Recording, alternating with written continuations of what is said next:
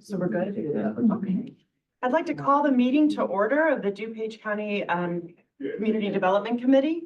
Roll call, please. Chair LaPlante, Here. Member Baster, Here. Member Briggs, here, Member Cahill, Member Crandall, Member Flint, Member Heather, here, Member Henderson, Member Honig, Here. Member Krajewski,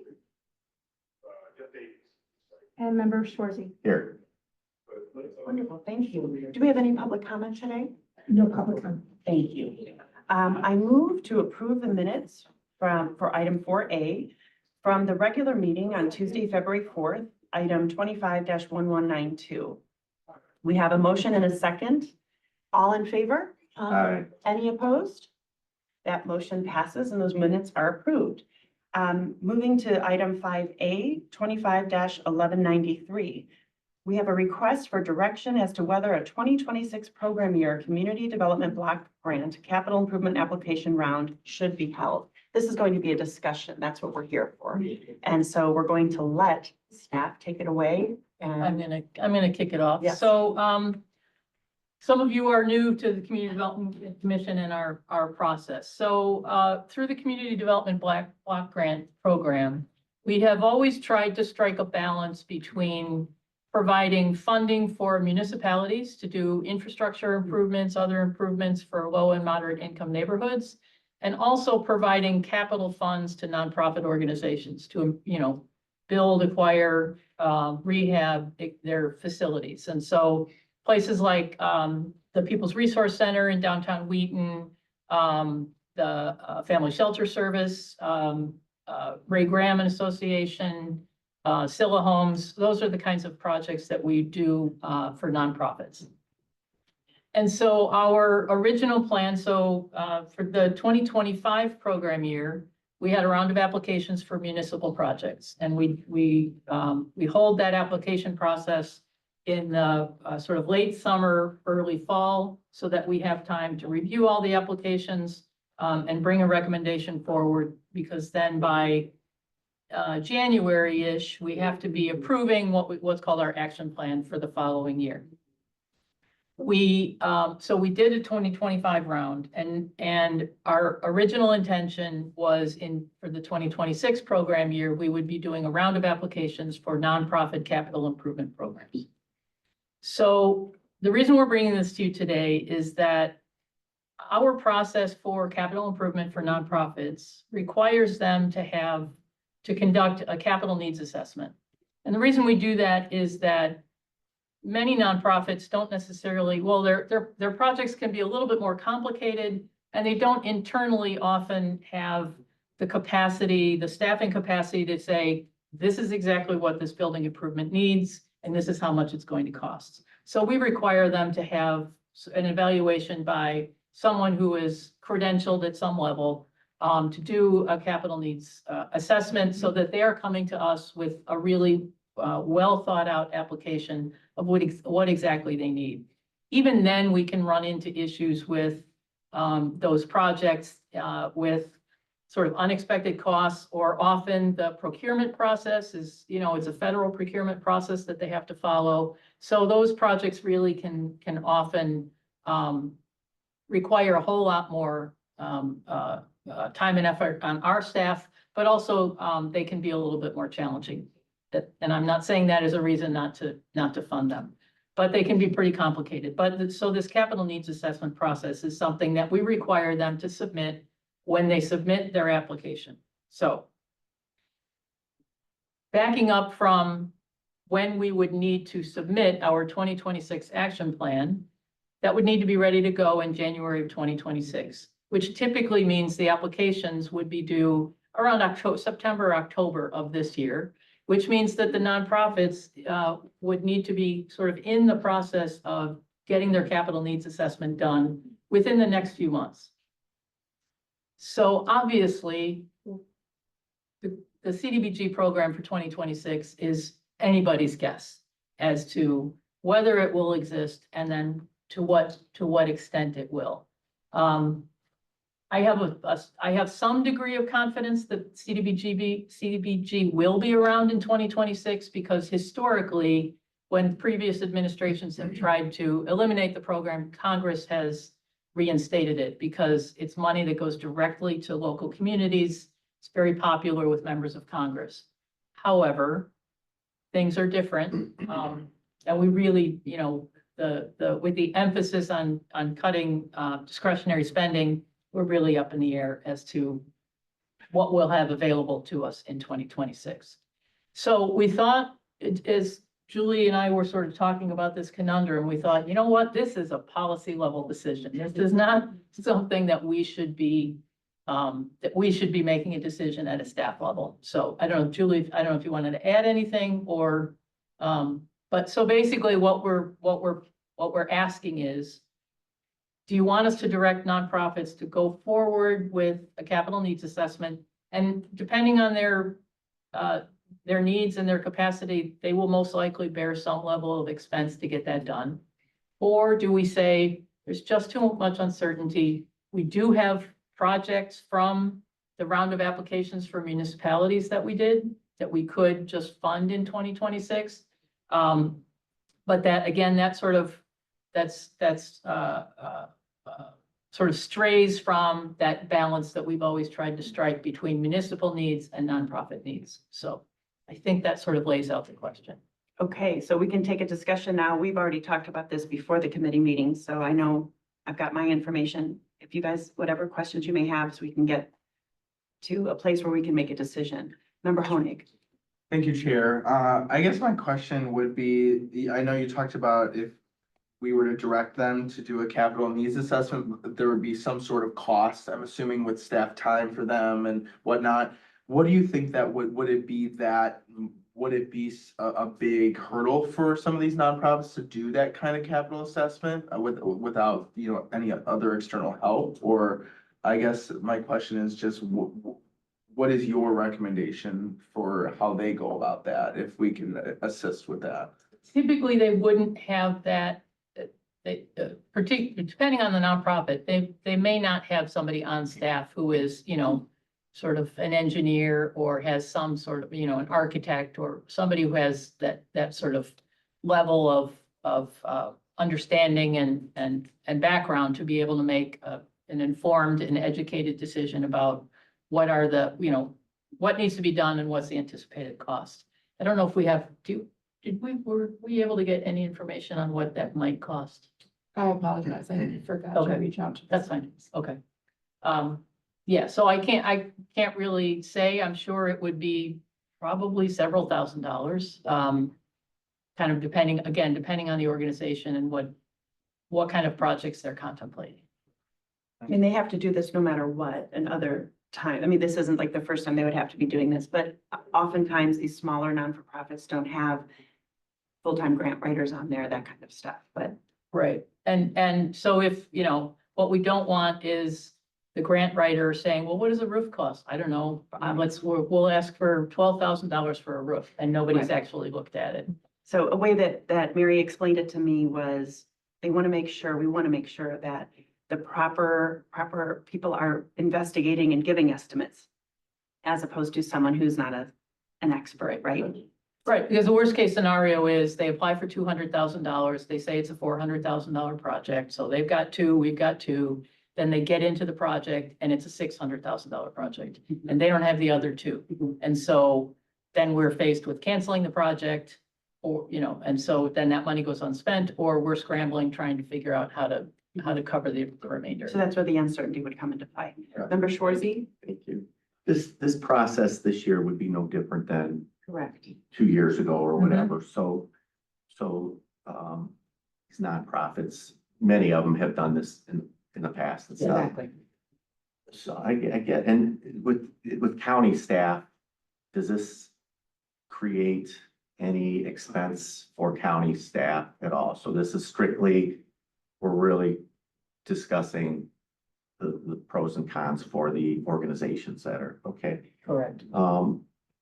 I would explain it, maybe we're trying to predict in an extremely unpredictable environment what's going to happen. So really the question is, do you think that we have enough information to be able to predict? Or should we just say, let's keep it as we've always done it and as the procedure is? Just because this certain area is chaotic, doesn't mean that we have to be, right? But we're saying, is this more of a protective mode where we're saving people time, money and effort, right? Thank you. And there's nobody from a nonprofit here. I'd be curious, do you, in your experience, Mary and Julie, in your experience, are these grants,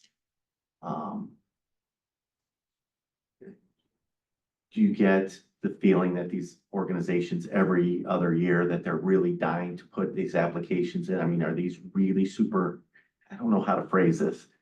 They're Is it something important. they're It's- relying on and they're waiting. Yeah, I mean, do you get that sense? I mean, and the reason I'm asking, do you feel like these 501c3s would be willing to take a gamble because it's so important to them that they're willing to lose however many thousands of dollars they may have to spend to prepare?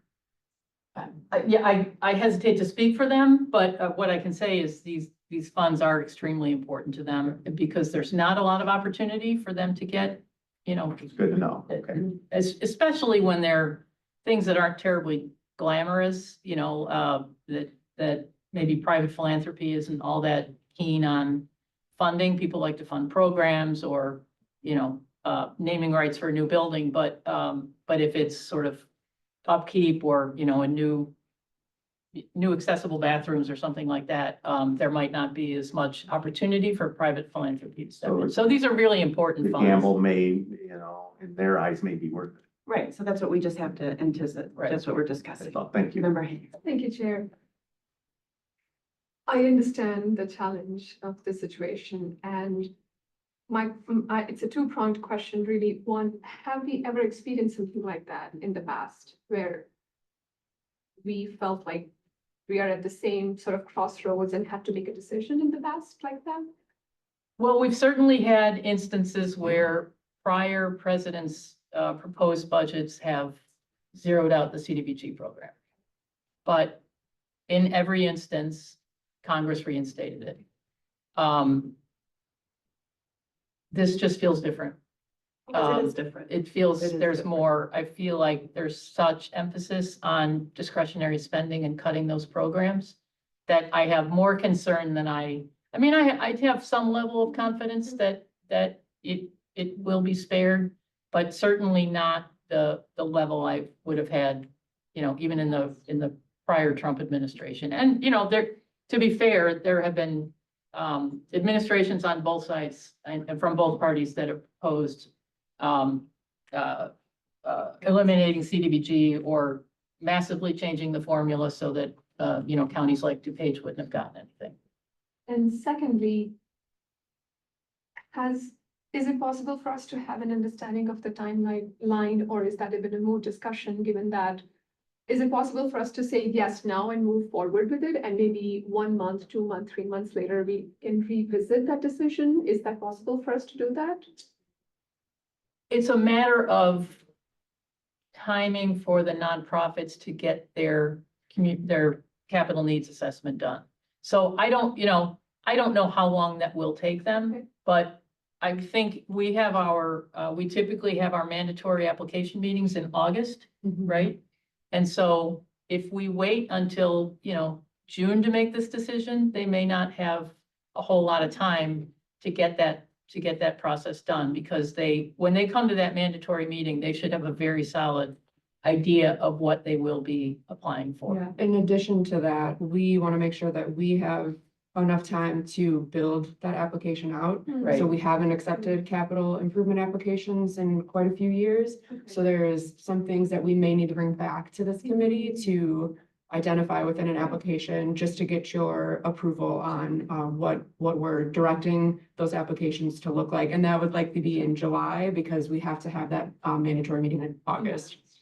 Thank you. What I'd like to either propose, and you tell me if this is an option, is telling, you know, all these not-for-profits, like, you can apply. And obviously, none of them are living under a rock, so they're aware of the nightly news. Be aware that things are in flux, that things that things are unpredictable. So if you go along the same process as normal, we might find out that it's been canceled or defunded or dismantled, Mhm. right?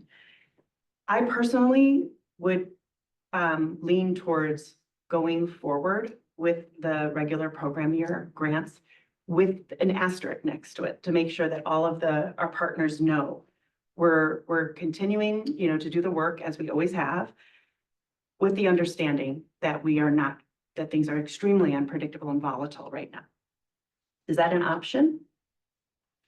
Sure, yeah, I mean, Okay. there can be sort of it's a Okay. disclaimer, if you Yeah. will, that, And we you know. have to wrap this up because, Just one more Yes. quick question. Thank you. And I agree with what Yeah. you're saying, but if by chance we do that and the organizations say we're not gonna waste our time and you get one application, what does that mean for that money? I mean, So- we just, We make our recommendations to this committee in January. As Mary had mentioned, we have NIV projects that we could move forward.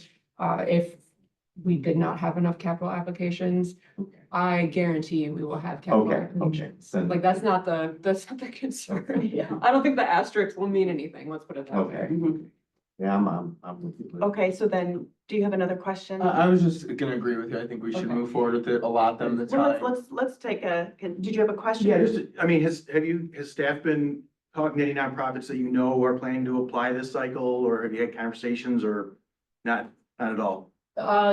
Nothing's, I haven't sat down with anybody and said, this is what's happening, but in the last, year or so, organizations come to us all the time and say, hey, is there funding available to do X or Y? And we've said, well, the plan is we're gonna have a capital improvement application round for 2026. So we've certainly had, I would say, informal, conversations, but nothing like really concrete. Here's the timeline and here's what you'll need to do, that kind of thing, unless you have, I haven't. Same thing where Okay. there's emails after our action plan goes out and then we explain what our proposal is for 2026, basically.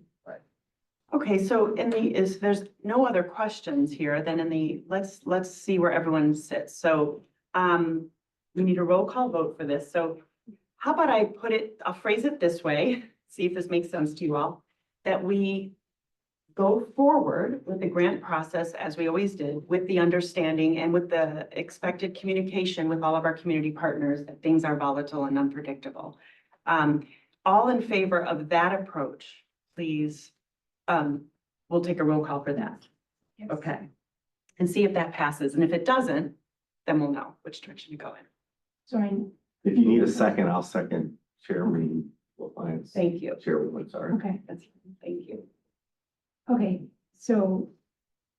Then I got Chair Swarzy. Member Schwartz. Yeah. LaPlante, I'm sorry. LaPlante. Aye. And then Chair Swarzy. Member Member Schwartz. Swarzy. Aye. I'm All right, don't sorry. worry, no worries. We know what you mean. Member Bastian, Yes. Member Briggs. Yes. Member Did you get Flint. member Schwarzy's vote? Mhm. Yes. Okay, wonderful. Flint, member Flint. Oh, no, I said her. Hader, Yes. Heather, no, here, Honig, Yes. Honig. Okay, so then everyone, we voted to agree to move forward, so that's what we will do. So, does that work? Yeah, thank you Okay. all. Thank Appreciate you. the input. Okay, is any other business, old, new, indifferent? None, seeing none. Okay, then this meeting is adjourned until the following date of June 3rd. Thank you so much. See you then.